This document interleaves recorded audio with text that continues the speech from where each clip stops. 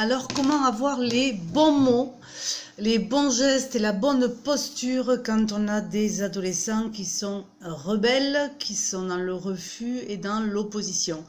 Parfois, on a des comportements de parents qui nous viennent directement du conditionnement dans lequel nous avons baigné, dans lequel nous baignons encore. Alors, on utilise des phrases et des maladresses dont on ne se rend pas compte d'ailleurs. Donc, on fait des erreurs en tant que parents.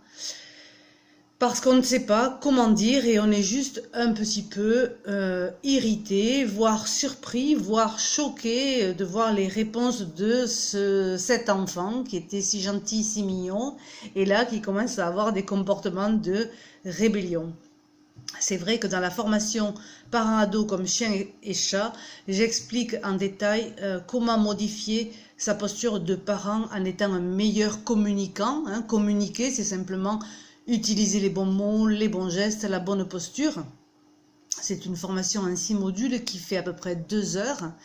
Et j'ai une autre formation qui est sur l'addiction aux jeux vidéo, qui elle est en 3 modules et qui vise aussi à faire comprendre l'impact de ces jeux vidéo sur le quotidien de l'adolescent, mais aussi sur le quotidien familial, et pour éviter qu'il y ait des crises et des disputes à cause de ces jeux.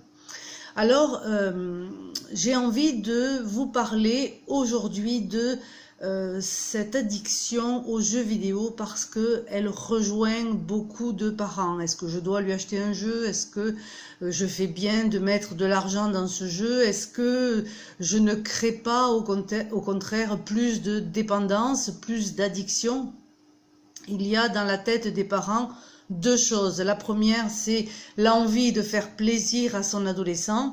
La deuxième, c'est l'inquiétude par rapport à l'impact et d'une dépendance éventuelle. J'ai été moi aussi confrontée à ça et je vous avoue bien souvent agacée et irritée de voir que mon ado avait des demandes et voulait le dernier FIFA ou le dernier NBA ou des jeux un peu plus forts comme le GTA ou j'ai oublié le nom.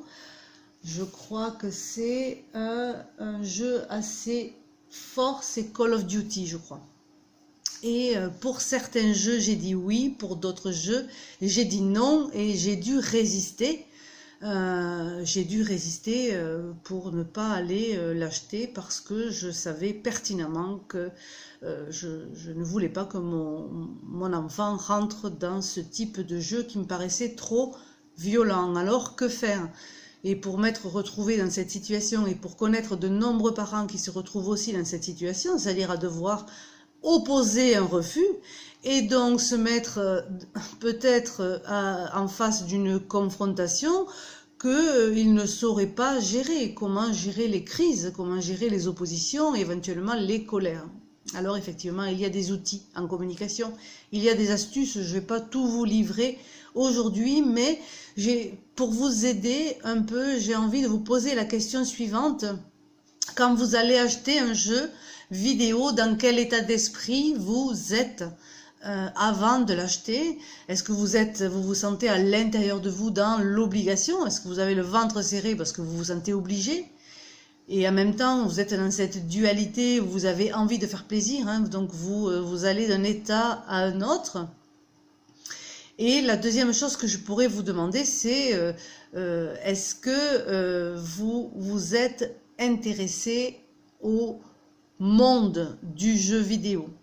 En fait, moi j'ai réalisé quelque chose il y a quelques années, c'est pour pouvoir comprendre ce que vivait mon ado, j'étais obligée de le rejoindre dans ces jeux. Donc je me suis mis à jouer aussi. Bon, beaucoup moins rapidement, je vous l'avoue, parce que j'ai pas la dextérité avec la manette, donc évidemment je lui faisais perdre des quêtes et des récompenses. Mais l'intérêt, c'était le partage. Et je me suis mis à partager avec mon adolescent ce qu'il vivait dans ces jeux et à partager ses joies, sa quête, son enthousiasme. Et j'ai compris petit à petit, en jouant un peu, je vous dirais, parce que je n'avais pas trop le temps, d'y aller, mais je voulais savoir ce que lui vivait. Et j'ai compris plein de choses en m'associant avec lui dans le jeu. Donc la question que je vous pose, c'est avez-vous joué avec votre ado sur ces jeux? Avez-vous fait des moments de partage? Parce que ça va être difficile d'arriver à le cadrer et à poser des règles fermes si vous n'êtes pas entré dans son monde. Voyez?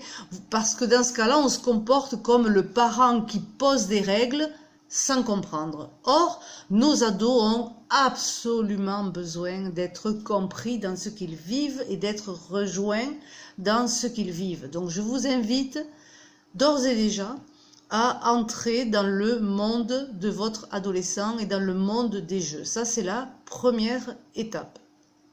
Ensuite, je vous donnerai au fur et à mesure quelques astuces pour pouvoir l'amener à prendre conscience de ce qu'il fait et de ce que, des conséquences et de l'impact dans sa vie quotidienne. Justement, nous sommes en été, vous pourriez avoir un peu plus de temps pour entrer dans ce monde-là. C'est certain que pour cadrer son adolescent ou son préadolescent, il va falloir entrer dans son monde pour pouvoir le comprendre. Lui, qu'est-ce qu'il va vivre si vous entrez dans son monde? Lui, il va vivre de la compréhension, il va vivre de l'ouverture, il va vivre de l'écoute, il va vivre du partage.